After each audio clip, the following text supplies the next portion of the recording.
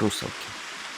Rusalke su vodeni demoni, slični su vilama ili su zamišljene kao vodene vile. Narod ih često zamišlja kao lepe i mlade žene, sa zelenom kosom u nekim krajevima, zbog alga u vodi, dok u drugim krajevima se smatra da imaju crvenu kosu, rusa kosa, riđa kosa i zbog crvene ruže, rose ili rosa. Zamišlja se da one žive u vodenim predelima, pored reka uglavnom, i da dave žene i decu, ali i da navlače muškarce u njihovo kolo koje ih iscrpi, pa ih posle i udave. Narod smatra da rusalke nastaju od duše rano preminulih žena ili devojka koje su prerano umrle i to neprirodnom smrću. Veruje se da rusalke izlaze jednom u godini i da se pojavljuju cele nedelje posle hrišćanskog praznika duhovi.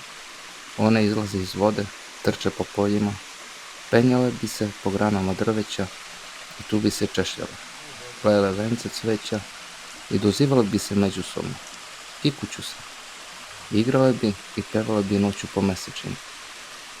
Smatrali su da je mesec njihovo sunce, a na mestima gde bi zaigralo njihovo kolo, tu bi trava bujnije rasla i pripremale bi se za svoje svadbe. Narod je imao sredstva protiv rusalka tokom rusalske nedelje, sa raznim običajima i zabranama za svaki dan u nedelji, ali uglavnom su se pridržavali magijskih predmeta protiv demona, a to su beli luk, trava pelina i gvožđe, ili gvozdeni predmeti poput mača ili kosa. Smatra se da rusalke žive u dvorcu u vodi, u kome vlada vodeni duh ili vodenjak, i da postoji hijerarhija rusalki i davljenika u tom vodenom, ali i magičnom svetu.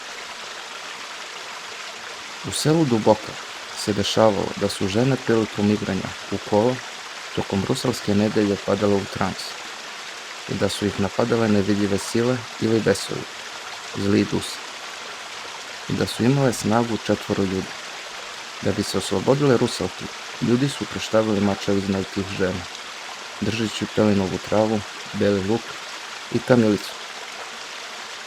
Te žene bi se zvale rusavje ili padavice.